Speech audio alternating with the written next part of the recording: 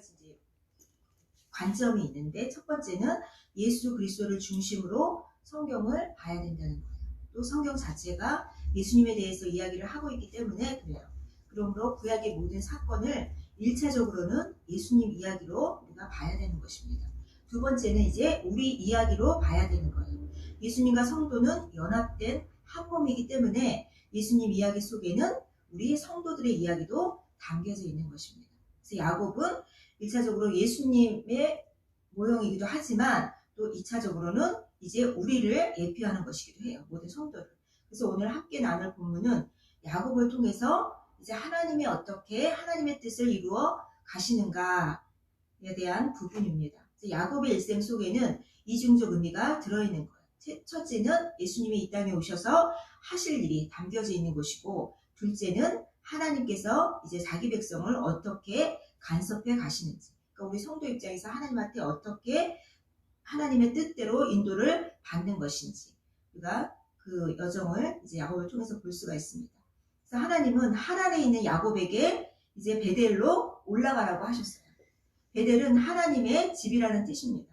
근데 야곱은 그 도중에 이제 세겜에 정착하게 되는 거예요. 오늘 이제 세겜에서 야곱이 정착하면서 일어난 일이 이제 34장에 그 야곱의 그 딸, 그 디나, 하나밖에 없는 딸의 이제 강간 사건입니다. 그래서 베델로 하나님을 올라가라고 명하셨는데 야곱은 세겜에 정착한 거예요. 그리고 여기서 이제 우리가 읽은 본문의 말씀대로 엄청난 일을 이제 겪게 되는 것이죠. 그래서 우리 생각에는 야곱이 약복강에서 하나님을 만나서 이제 혼이 났죠. 근데 그러면 하나님께 순종할 것 같지만 그렇지 않은 것을 우리가 보게 돼요. 그래서 이것은 우리의 모습이기도 하지만 어쨌든 구약 이스라엘은 광야 40년 동안에 날마다 하나님의 뭘로 살았어요? 기적으로 살았어요. 그럼에도 불순종의 역사를 살았습니다. 우리가 이제 그렇다는 거예요. 모든 성도들이. 그래서 이러한 구약 이스라엘을 통해서 인간은 하나님의 은혜가 아니면 안 된다는 것을 하나님이 깨닫게 하십니다. 그래서 하나님은 우리를 예수를 믿자, 우리가 예수를 믿자마자 곧장 우리를 천국으로 데리고 가시는 것이 아니라 이 세상에 두세요. 이 세상에 두시고 그 모습을 이제 구약 이스라엘의 출애굽에서 가나안까지 여정을 통해서 보여주셨습니다. 출애굽과 가나안 중간에 뭐가 있었어요? 출애굽에서 가나안에 가기 전에 중간에 뭐가 있었어요? 그렇죠? 광야가 있었어요. 하나님은 출애굽한 자들을 곧장 가나안으로 이끌지 않으시고 그쪽으로 들여보내지 않으시고 광야를 거쳐서 들어가게 하셨습니다. 이스라엘은 광야 40년 동안에 출애굽 1세대들은 다 죽었어요. 그리고 2세대들은 이제 다 다시 태어나게 됐죠. 그래서 하나님은 광야 40년 동안에 떡으로 살던 애굽의 사람을 다 죽이시고 2명만 남기셨죠. 그래서 말씀으로 살아가는 자들로 하나님이 이제 만드셨습니다. 그래서 이 과정은 성도가 걸어가게 되는 과정과도 같아요. 그래서 구약은 그림자이고 신약은 그 그림자의 실상이라는 것을 우리가 잘 알고 있습니다. 하나님께서 자기 백성을 어떻게 구원을 하시고 또 구원 후에는 어떻게 하나님이 우리에게 간섭해 가시는지를 구약 이스라엘 시대를 통해서 미리 보여주신 거예요. 야곱이 받은 축복이 뭐예요? 야곱이 받은 축복? 야곱이 그토록 원했던 축복. 장자의 축복이죠. 장자의 축복을 받고서 그가 어떻게 됐어요? 집에서 쫓겨나다시피 외삼촌 집으로 갔어요. 베델 광야에서 유숙하는데 하나님이 그에게 찾아오셨습니다. 그리고서 하시는 말씀이 네가 어디로 가든지 내가 너와 함께 동행하겠다. 그리고 너를 이곳으로 돌아오게 하겠다 하셨어요. 우리 창세기 28장 가보겠습니다. 창세기 28장 15절.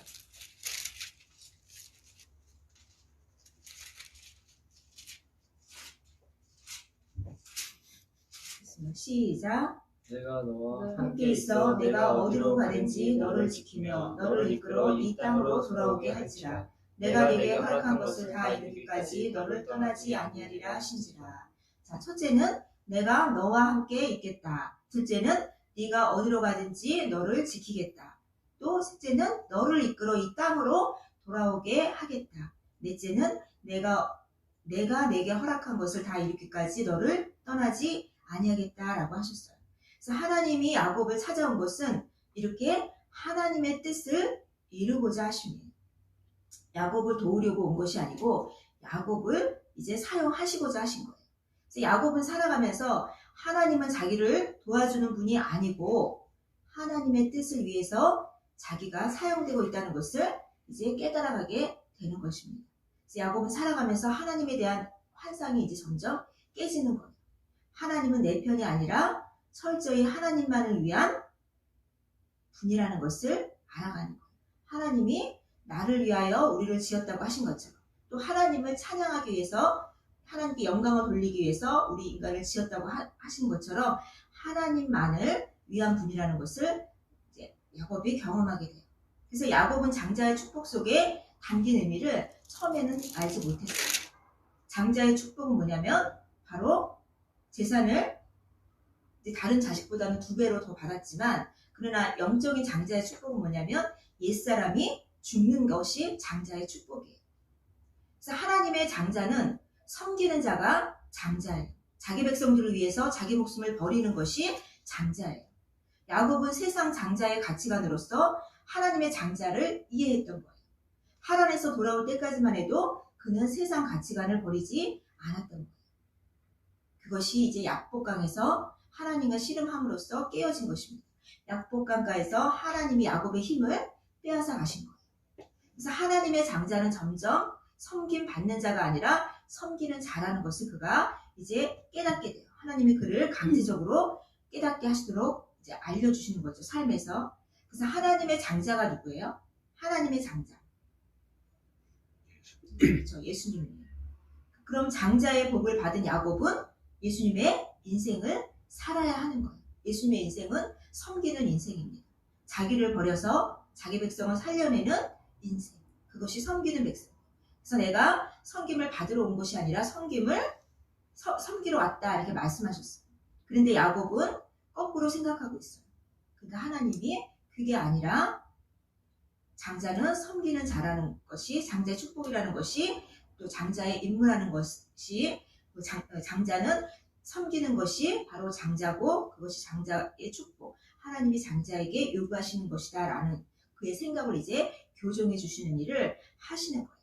그래서 야곱은 약복강 사건 이후로 자기 안에 있는 욕망을 버리지 못했어요. 그럼에도 불구하고 자기 고집을 버리지 않았어요.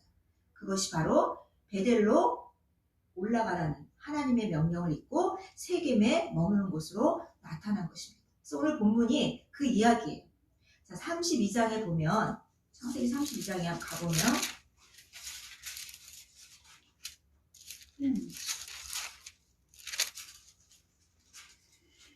하나님께서 베델에 하나님으로 나타나시는 것을 우리가 볼 수 있습니다.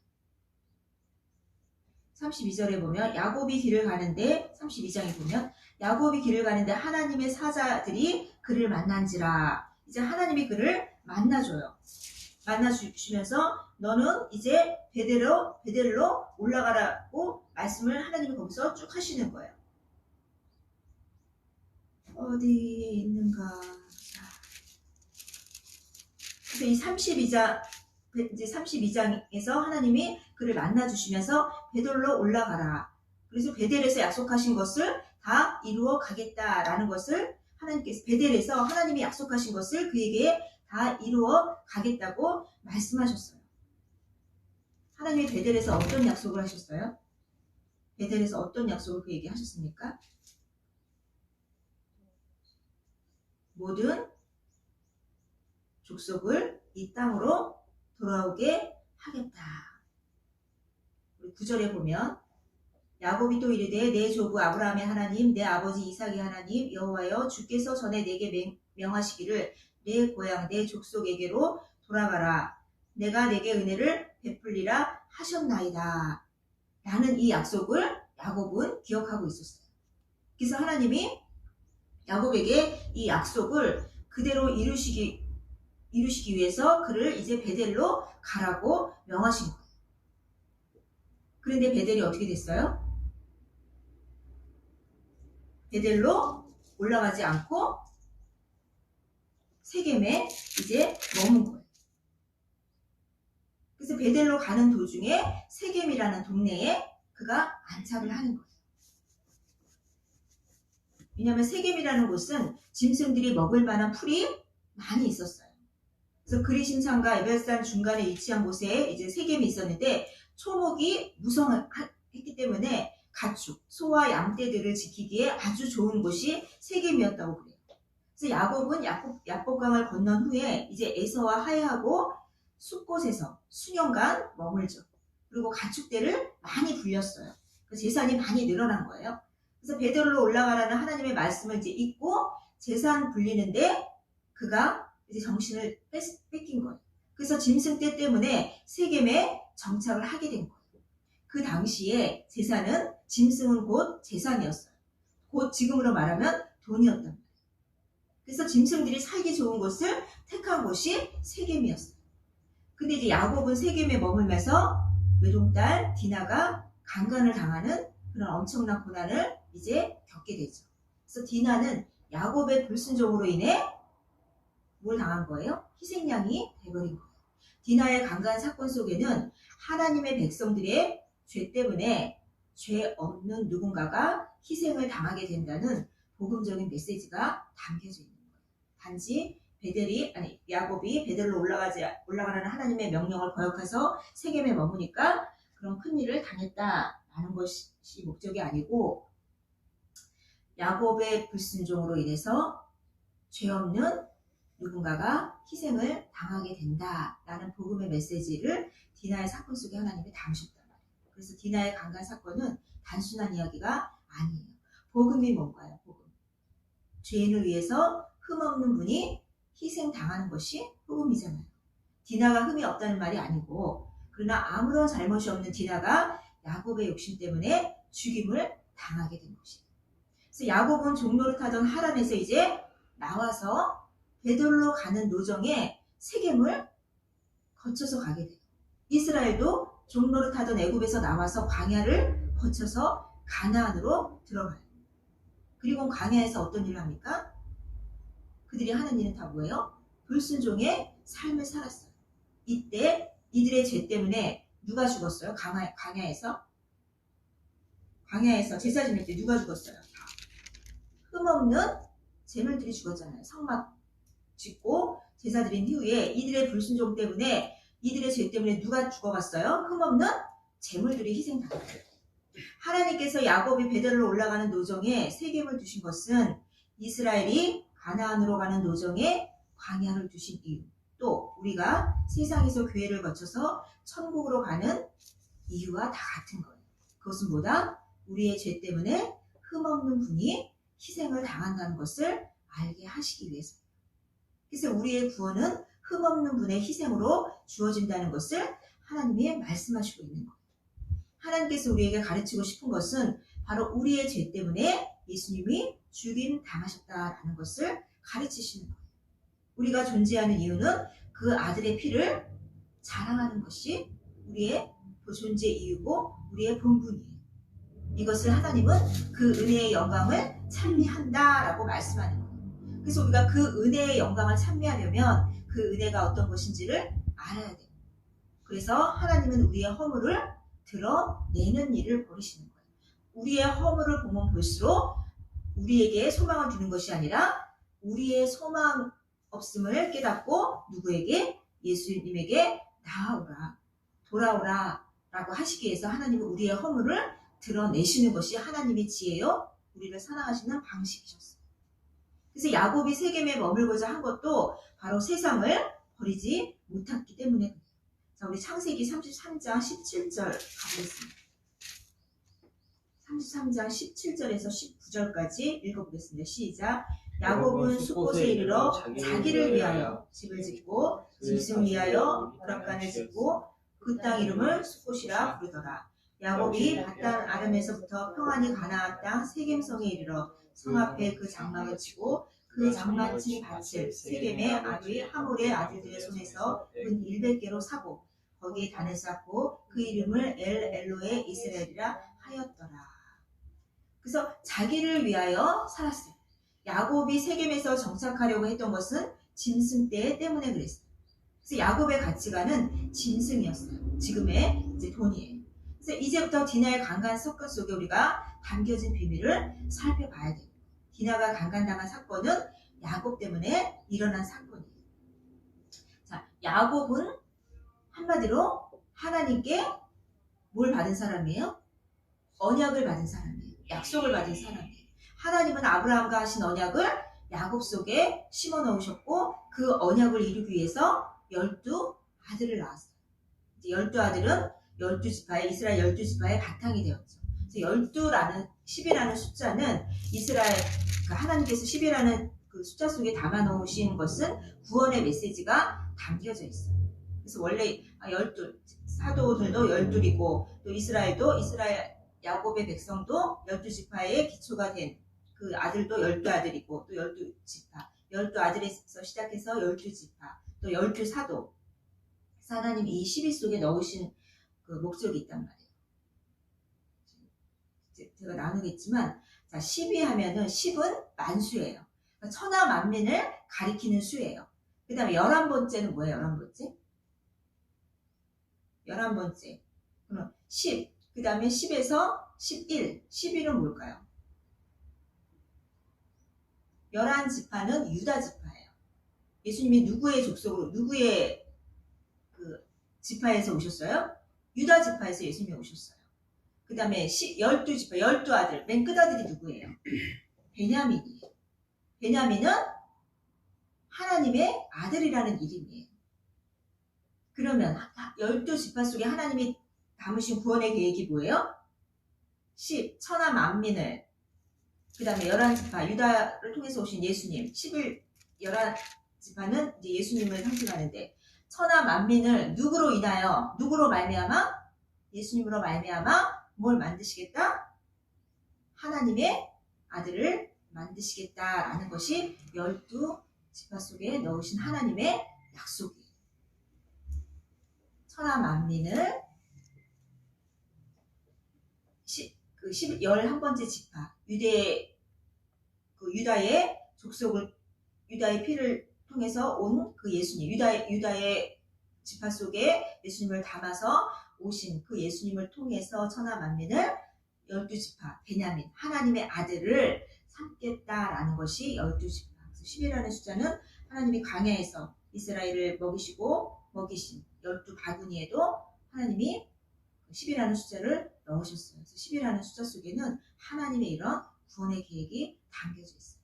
어쨌건 이제 우리가 가인과 아벨을 나눌 때 하겠지만 그래서 10이라는 숫자 속에는 하나님의 구원의 계획이 담겨 있구나. 그러니까 다 약속이에요. 하나님 우리에게. 그래서 이제 그들을 데리고 하나님의 집인 베델로 가야 되는 거예요. 그런데 야곱은 베델로 가지 않고 세겜에 머물렀어요.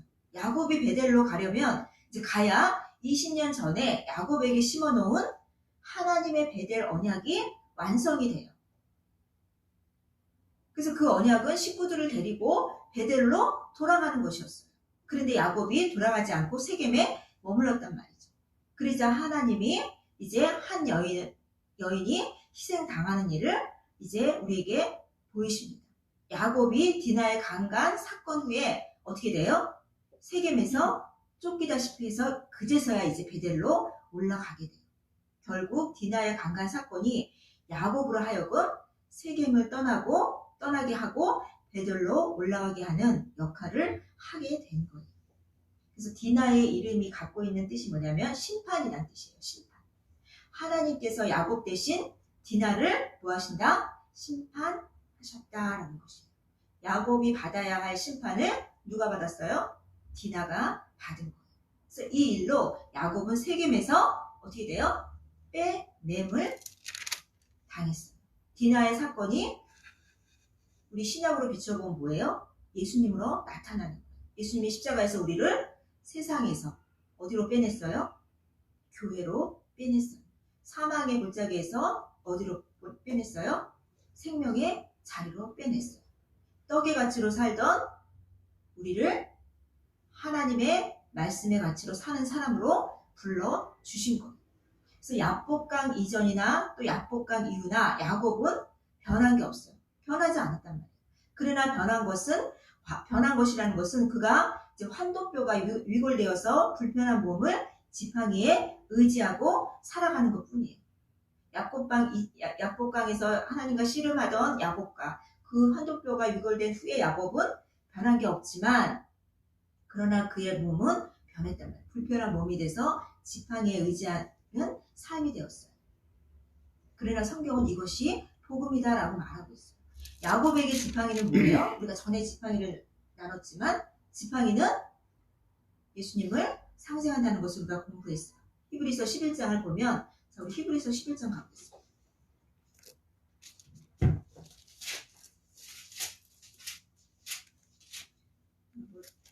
몇 절인지는 생각이 안 나지만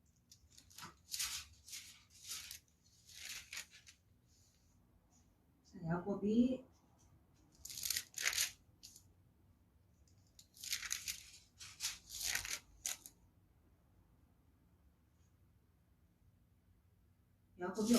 몇 절에 나오죠? 자, 21절 보겠습니다. 21절 읽겠습니다. 시작. 믿음으로 야곱은 죽을 때에 요셉의 각 아들에게 축복하고 그 지팡이 머리에 의지하여 경배하였으며 라고 말하고 있습니다. 지팡이를 의지해서 장자와 차자를 뒤바꿔서 축복을 했다 그래요. 그래서 하나님의 뜻에 의한 것이라는 것을 의미하는 거예요.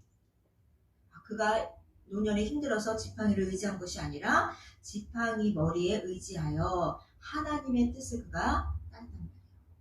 그리고 그 뜻을 뭐했다? 경배하였으며.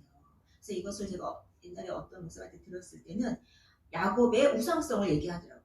그 지팡이를 우상시해서 의지하고 경배했다. 이렇게 말한 목사님이 있었어요. 근데 그것이 아니고 야곱에게 지팡이는 예수님이었다. 하나님이었다.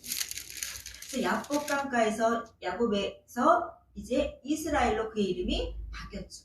야곱이란 뜻은 약탈자, 속이는 자. 그러나 이스라엘이라는 이름의 뜻은 우리가 보통 알고 있는 하나님과 겨루어 이겼다라는 그런 뜻이 아니라 하나님이 통치하신다라는 뜻이 더 강한 거예요. 야곱은 계속해서 야곱이라는 이름처럼 속이는 자, 약탈하는 자, 탐욕으로 살고자 하는 거예요. 우리와 똑같은 거예요. 그럴 때마다 하나님은 야곱을 이제 이스라엘로 간섭하셔서 그를 통치하시고 다스려 나가시는 거예요. 우리가 다 야곱으로 세상에 살면서 이스라엘로 하나님 앞에 통치함을 받는 거예요.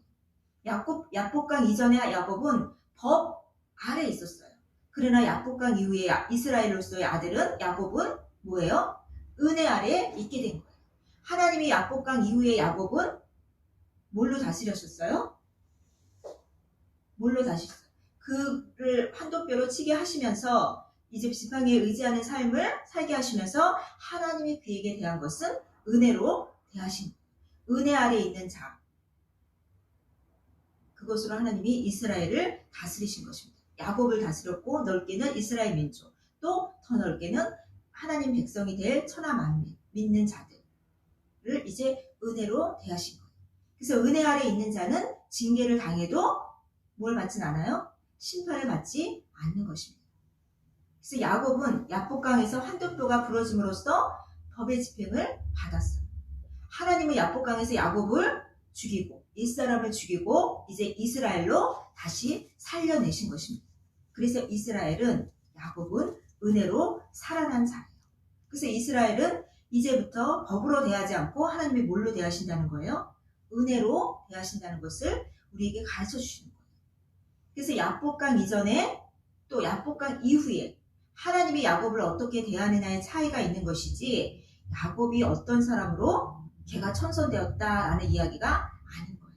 우리도 마찬가지예요. 예수 믿기 전이나 예수 믿든 후나 우리의 성품이 변하고 뭐 걔가 천선하고 하나님의 성품으로 닮아가고 이것이 아니라 하나님이 우리를 어떻게 대하느냐의 관점이 있는 거예요. 우리가 예수 믿기 전에는 우리가 어디 아래 있는 거예요? 늘 얘기하듯이 율법 아래 있었답니다. 그래서 하나님은 우리를 뭘로 대하는 거예요? 율법으로 대하는 거예요.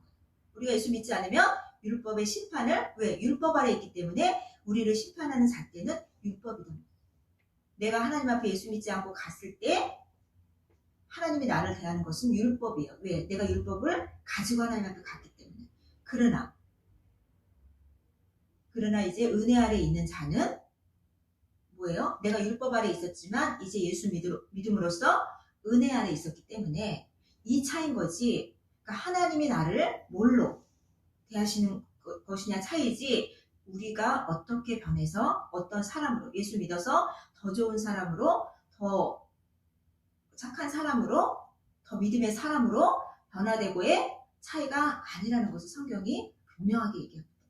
그래서 아까 우리가 야곱에게 약속하신 하나님의 네 가지, 다 주체가 뭐예요? 하나님이 내가 너로 하여금, 내가 너로 하여금을 다 말씀하시고, 내가 너로 하여금 이렇게 할 것이고 너로 하여금 이렇게 할 것이고, 다 하나님이 주체가 돼서 하나님의 뜻을 이루어 가시는 거예요. 그래서 구약 이스라엘이 광야 40년 여정이나 야곱의 여정 모두 다 불순종의 여정인 거예요.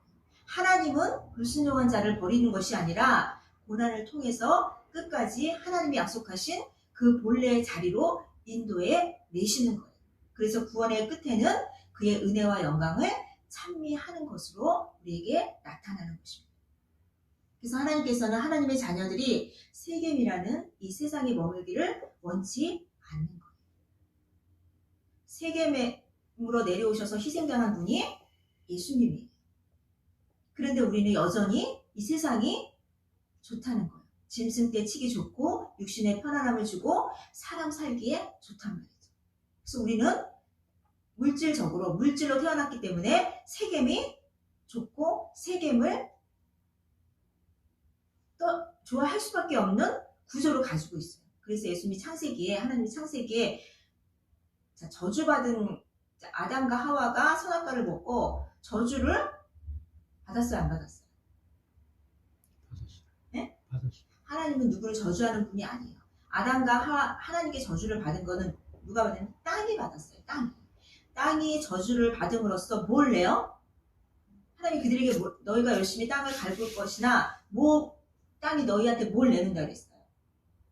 가시와 엉겅퀴. 자, 땅은 이런 흙으로 된 물리적인 땅이 아니라 창세기에서 말씀하신, 창세기는 계시적인 것인데 계시적인 것을 우리에게 말씀할 때 땅은 우리의 옛사람, 육의 사람을 말하는 거예요. 그러니까 육의 사람을 아무리 갈고 닦아도 뭐가 나온다? 가시와 엉겅퀴 뿐이다 라는 것을 말씀해 주는 거예요. 그래서 구약의 이사야에 보면 가시와 엉겅퀴가 뭘로 나오냐면 심판으로 상징이 돼요. 심판으로. 나중에 살펴보겠지만. 그러니까 결국 그 창세기의 말씀은 땅이 가시와 엉겅퀴를 낸다라는 말씀은 뭐예요? 너희가 육의 사람으로, 세상에 온 그대로 예수 믿지 않고 육의 사람으로 살면 하나님 앞에 그 땅에서 나오는 것은 다 뭐다? 심판일 뿐이다. 심판받을 것 뿐이다. 가시와 엉겅퀴일 뿐이다 라는 거예요. 그것을 우리에게 말씀해 주신 것입니다. 그래서 우리에게 뭐라고 하세요? 열심히 땅을 뭐하라? 갈고 닦으라. 땅을 갈라. 씨 뿌리는 비유. 그래서 땅을 간다는 것은 뭐예요? 그러니까 우리 육신의 육의 사람을 간다. 그 뜻은 뭘까요? 씨 뿌리는 비유에서 땅을 열심히 간다. 내가 열심히 하나님의 사람으로 바뀐다는 뜻이겠어요? 뭐겠어요? 땅을 열심히 갈면 내 옛사람, 육의 몸을 열심히 갈면 뭘 깨달아요? 뭘 깨달아요?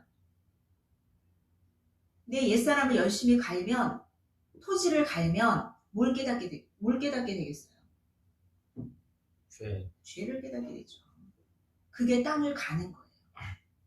그래서 그게 땅을 가는 거예요. 그래서 하나님이 우리에게 땅을 아담에게 그 에덴 동산에 땅을 갈게 하신 것이 그거예요. 경작하라 하신 것이 그거예요. 모든 인류의 대표가 된 아담에게 주신 것이 뭐예요? 땅을 갈라, 경작해라. 경작해서 뭘 알아? 너희가 하나님을 떠난 죄인이요, 죄밖에 생산해낼 수 없는 자라는 거를 깨닫게 하신 거예요. 그래서 예수님이 오신 게 뭐예요? 언제 오셨어요? 때가 참해. 어떤 때? 하나님이 경작하게 하셔서 이제 깨닫게 하도록 하신 그 기회, 그 시간이 찼기 때문에 예수님이 오셔서 이스라엘에게 뭘 요구하셨어요? 무화과 나무 열매처럼 열매를 요구하신 거예요. 너희가 내가 오기까지 뭘 줬다? 땅을 갈게 함으로써 너희가 너희 그 육의 사람을 계속 갈면 갈수록 너희가 잘 갈았다면 뭘 알았을 거예요? 우리가 하나님을 떠난 죄인이요? 우리는 죄밖에 생산해낼 수 없는 가시와 엉겅퀴만 심판받을 자라는 것을 밭을 잘 갈았으면 그것을 열매 맺었을 텐데, 근데 예수님이 오셔서 그 열매를 요구하니까 그 열매는 없고 다 뭐예요? 무성한 열매만 있었잖아요. 무성한 가지만 있었단 말이에요. 그것이 바로 예수님의 때가 참에 오셔서 우리에게 요구하신 열매였어요. 그리고 이제 아담과 하와에게도 경작하게 하신, 땅을 경작하게 하신 이유는 농사짓고 스스로 노동을 해서 너희가 먹어라 라는 것이 아니라, 그것은 이제 문자적으로 볼 때는 그런 면도 있지만, 그러나 하나님의 계시는 뭐예요?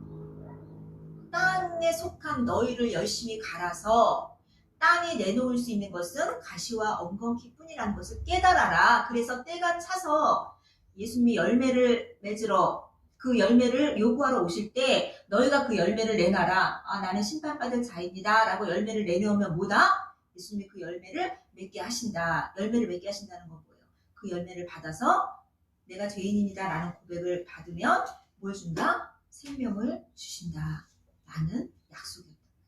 그런데 죄다 육적으로 땅을 가는 쪽으로 나간 것이고, 그래서 때가 차네. 그래서 우리 구약에도 보면 아벨과 그 가인이 이제 세월이 지난 후에라는 말이 나오죠. 세월이 지난 후에 가인은 농사짓는 자였고 아벨은 양치는 자가 되었다 라는 말도, 세월이 지난 후에는 먼 세월이 이제 많이 흘러서 물리적인 시간을 말하는 것이 아니라, 세월이 지난 후에 이것은 우리 신약에 보면 때가 참에 있죠.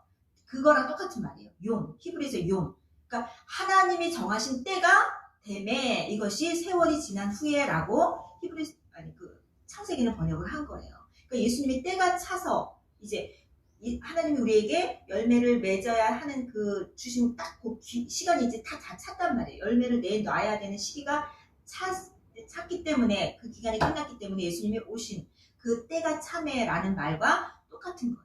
그래서 세월이 지난 후에 가인은 농사짓는 자가 되었고 아벨은 양치는 자가 되었고 했을 때, 그 세월이 지난 후에는 때가 참에 가인은 농사짓는 자가 되었고 이제 이렇게 됐는데, 그때 그들이 하나님 앞에 이제 예물을 드렸잖아요. 예물을 드리는, 가인이 뭘 내놨어요? 농사진 것으로 내놨고. 그래서 가인은 1차적으로 우리 이 땅에 온 누구를 다 말하는 것일까요? 농사짓는 자. 우리 다 농사짓는 자로 왔단 말이에요. 땅을 갈궈야, 경작해야 될 의무를 가지고 온 자들이란 말이에요. 그래서 가인은 모든 천하 만민, 땅을 경작해서 가시와 엉겅퀴를 낼 수밖에 없는 심판받을 자입니다 라는 고백을 내야 되는 자, 가인, 농사짓는 자가 바로 우리란 말이에요. 그래서 가인은 우리 모든 천하 만민을 대표하는 자들이에요. 아벨은 예수님을 대표하는 것이고, 그것이 가인과 아벨 속에 놓으신 하나님의 뜻이었어요. 그래서 죄란 것은 하나님의 뜻에 반하는 것이 다 죄예요. 이 말은 우리가 예수를 믿어도 하나님의 뜻에 반하는 일을 여전히 한다는 것이에요. 그래서 하나님이 우리를 징계를 통해서 하나님의 우리 안으로 자꾸 넣으시는 것입니다. 그래서 야곱은 베델 언약이 심겨져 있는 자였어요. 그래서 그는 세겜에 머물면 안 되는 것이에요. 우리도 하나님의 구원의 약속이 있는 자는 세상에 머물면 안 되는 것이에요. 그래서 하나님이 징계하신다라고 히브리서는 말씀하고 있어요. 징계받지 않는 자는 아들이 아니요 사생아라라고 말씀하고 있는 거예요. 그래서 오늘 우리는 디나의 강간 사건을 통해서 하나님의 지혜를 봐야 되는 거죠. 하나님의 사랑을 봐야 되는 거예요. 우리가 하나님의 뜻에 반해서 뜻을 따르지 않고 내 뜻대로 세겜에 머물면 이러한 벌을 받는다, 이러한 하나님의 그 치심을 받는다라는 것이 하나님의 그 디나의 강간 속에 넣으신 것, 디나의 사건 속에 넣으신 것이 아니고, 하나님의 약속에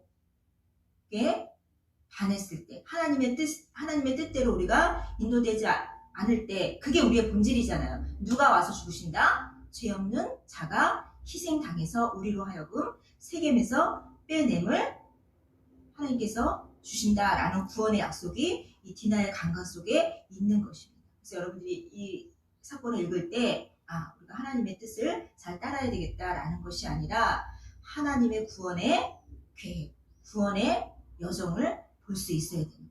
이 속에서 우리가 볼 때는, 겉으로 볼 때는 아픔으로 보이지만 하나님의 사랑이 담겨 있는 것을 여러분들이 보셔야 되는 거예요. 하나님, 언약의 신실성을 볼 수 있어야 되는 것입니다.